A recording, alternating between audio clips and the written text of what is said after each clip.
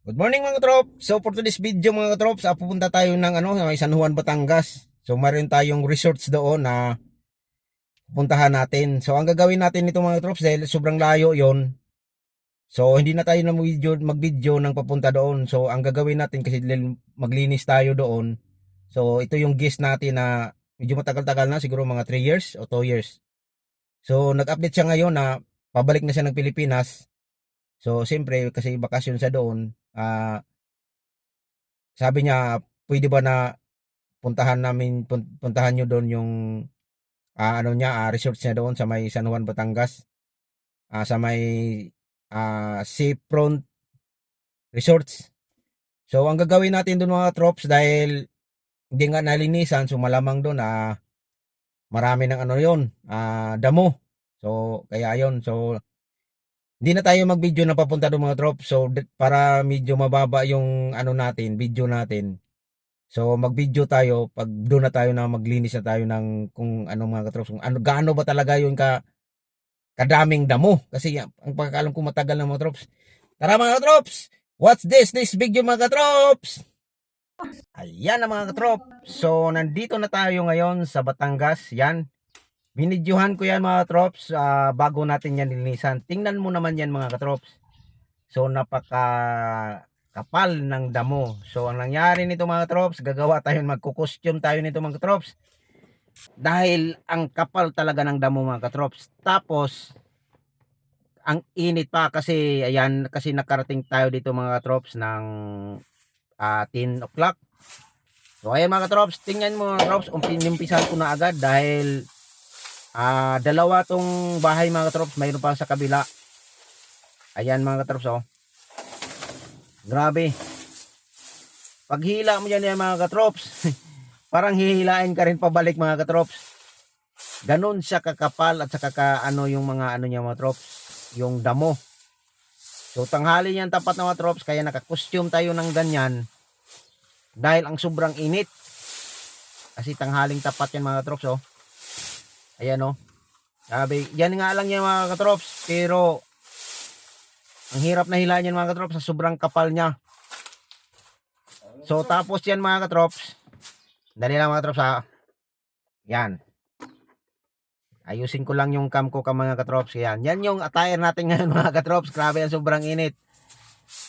Tapos ano pa yan mga katrops, mayroon pang mga maliliit na bilog na, tapos may mga tinik-tinik. Grabe ka katrops. So ang sakit sa mga katrops, sa balat, yung tusok yung niya mga katrops.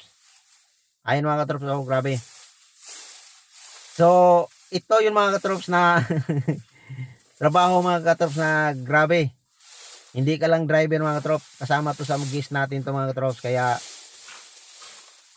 gagawin to natin mga katrops dahil alam mo naman nila na hindi naman tayo libre. Magbibigay din naman yan mga katrops.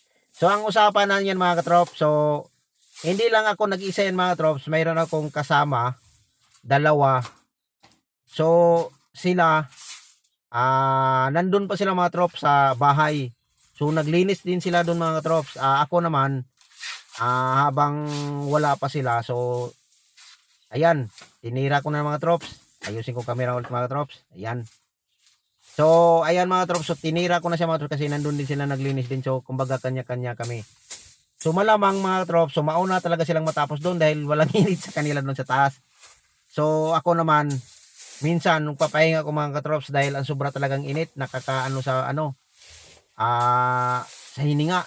Sobrang init, tapos ang kapal pa ng diyan mga katrops. Ang kapal pa ng damo.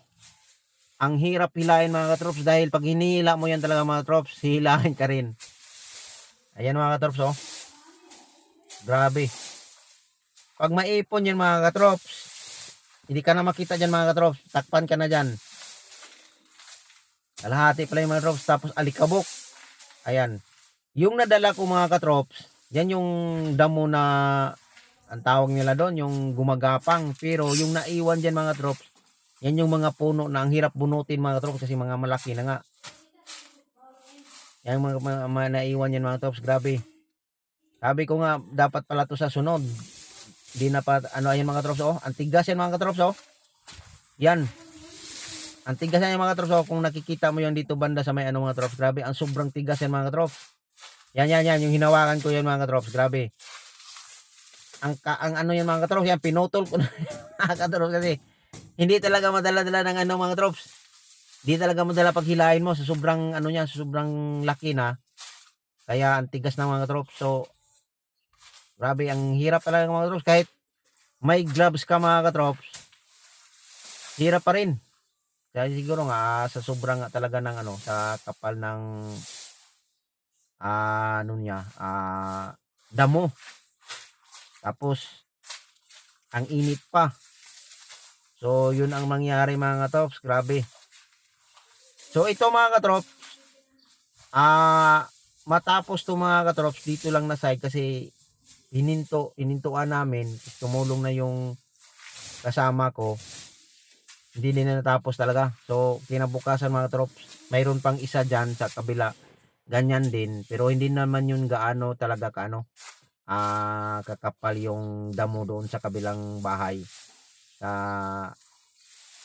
Medyo ano lang yun mga katrops, konti lang, pero ang problema doon din sa mga katrops, konti maliliit, kailangan din mong isa-isahin kalagag bunot mga katrops. Kasi ano siya mga katrops, hindi naman kadamihan ng ano sa mga katrops. Ayusin ko lang mga katrops grabe. Ang init. So ayun mga katrops, tirik na tirik yung araw mga katrops. Siguro mag-i-11 yan na yun mga katrops. So pagkatapos dyan, hindi ko nga yan natapos mga katrops, nagpahinga muna ako dyan. Dahil parang nangihina yung katawan ko mga katrops. Sa init. Sobrang init talaga mga katrops. So yan. So ganito talaga ang buhay natin mga katrops. Minsan, mag-drive lang, pero sa gis naman natin to, ito naman yung kasama natin to sa trabaho. Kung baga trabaho tayo, basta mabubuhay yung pamilya natin, kaya go lang tayo ng go. Ayan, lumipat ako sa kabila mga katrops kasi pinutol ko yan mga katrops kasi ang sobra ng ano, ang sobra na ng kapal niya. So napaisip ako nga, ano bang gagawin to, kasi ang sobrang ang kapal. Hatiin ko to mga katrops, tapos mag-umpisa ako sa kabila mga katrops. Kaya yan ang naano ko sa ano ngayon mga katrops. Inumpisahan ko naman dun sa kabila mga katrops ang hila. Yan, ang sobrang tigas din yan mga katrops. Grabing kapal yung mga katrops. Tapos ang dami nga yung ano, ang kati pa ng ano dyan mga katrops. Ang sobrang kati, makati yung damo. Kaya yung pantalon ko dyan mga katrops at saka yung damit ko dyan, napuno yan ng tawag nila doon, malsiko. Ano bang tawag sa Tagalog doon? Tapos yung mga bilog-bilog na may tinik, yung mga maliliit. Grabing ano dyan mga katrops. So ayan mga katrops. So ang ginawa ko dyan mga katrops, hinati ko yan, tapos ano yun mga katrops, ayan. So kailangan siguro to sa isip ko, kailangan ko tong, ayan mga katrops. Ano na yan mga katrops, sinakayan ko, diniinan ko yan mga katrops para lumiit siya kasi sobra talagang kapal yan mga katrops. Ayan, pagdating ko dyan mga katrops, pinutol ko yan. Kasi parang sa sobra ng ano dyan mga katrops. Tapos yung itak din natin mga katrops, hindi matalas po, kung baga sana yan. So pinutol ko na yan mga katrops kasi hindi talaga kayang hindi na kayang hilain sa sobrang kapal na niya. So hinati ko yung mga katrops, yung damo. Hinati ko yung damo para medyo hindi ka mabigat paghila. Ayan, ang kapal, ang tagal dyan mga katrops kasi yung itak natin din naman gaano katalas. So pero okay lang yan mga katrops, at least mayroon tayong itak na nadala kaysa wala. Iwan ko lang mga katrops, kung wala tayong dala na, ano na kayang gagawin natin ito. Baka balikan niya natin to, pero hindi pwede balikan mo yung mga katrops kasi malayo nga. Ayan mga katrops, hindi na nga yan umangat mga katrops sa sobrang tigas. Kaya yan yan mga katrops, pinutol ko na lang siya kasi ang plano ko, hatiin ko siya, tapos yung kalahati dyan ilagay ko sa wala na talagang damo para matalian natin. Para hindi tayo pabalik-balik kung nalinis na ba o wala. Pero uulitin pa yan natin yan mga katrops kasi ang naano diyan mga trops, mayroon pa yang natira yang mga halaman, mga ano mga damo. Mayroon pang natira diyan kaya grabe. So napakahaba tong video mga trops. Mayroon pa tayong isa siguro umabot to mga trops ng mga part 4. So ito part 1 natin to. Bagong dating natin to mga katrops. Yung video natin. Tapos yung sa sunod mga trops, yung medyo malinis-linis na. Tapos yung pangalawa, malinis na. Tapos lilipat tayo sa kabila. Para doon na naman tayo mag-umpisa. Pero malamang to mga trops dahil hindi talaga makuha ng buong araw. Kasi tanghali na rin kami dumating mga trops dahil galing pa kami ng Maynila. So malamang yung isang area na naman. So parang ano na lang yun siguro mga trops. Bukas na yun ng umaga. So ang gagawin nito, hindi muna kami uuwi. So dito na lang kami matulog kasi nandito naman yung may tao naman din sa kabila. So ano na mga trops na sila na lang daw nang bibili ng pagkain. Mabuti naman. Kasi nagpapalinis din sila mga trops. Kasi yung may-ari nito mga trops, yung nilinisan ko mga trops. Ano to sila mga trops, magkakilala. So yung katabi nito mga trops, siya kasi nag-ano mga trops na pauwi ka naman daw ng Pilipinas, ito yung bakod mo dahil ganito nakadumi. So kung magbakasyon ka dito, palinisan mo. Kaya yun ang nangyari mga katrops. So napunta tayo dyan mga katrops kasi sinint niya yung picture. Tapos nag-PM siya sa akin na kung pwede ba daw puntahan. Sabi ko, ma'am, wala pong tao doon. Makapasok ba kami? Sabi niya, hindi. Kasi nandun yung kaibigan ko. Nandun din sila. Sila yung nag-ano sa akin na kailangan ng linisan. Kaya ayun ang nangyari mga katrops. So napuntahan namin yun mga katrops. Kaya kinuntak niya ako kasi hindi ko akalain na ganun ang mangyayari. Pero sabi ko, sige ma'am, wala na akong problema kung may tao na pala doon, may ano ka doon, na para makapasok kami. Kaya ayun, sabi ko yung susi, sabi niya walang problema sa susi kasi mayroon naman yung susi yung kaibigan ko doon. Kaya yun, nakapasok mga katrops. Kaya hindi ko akalain na mangyari ito mga katrops kasi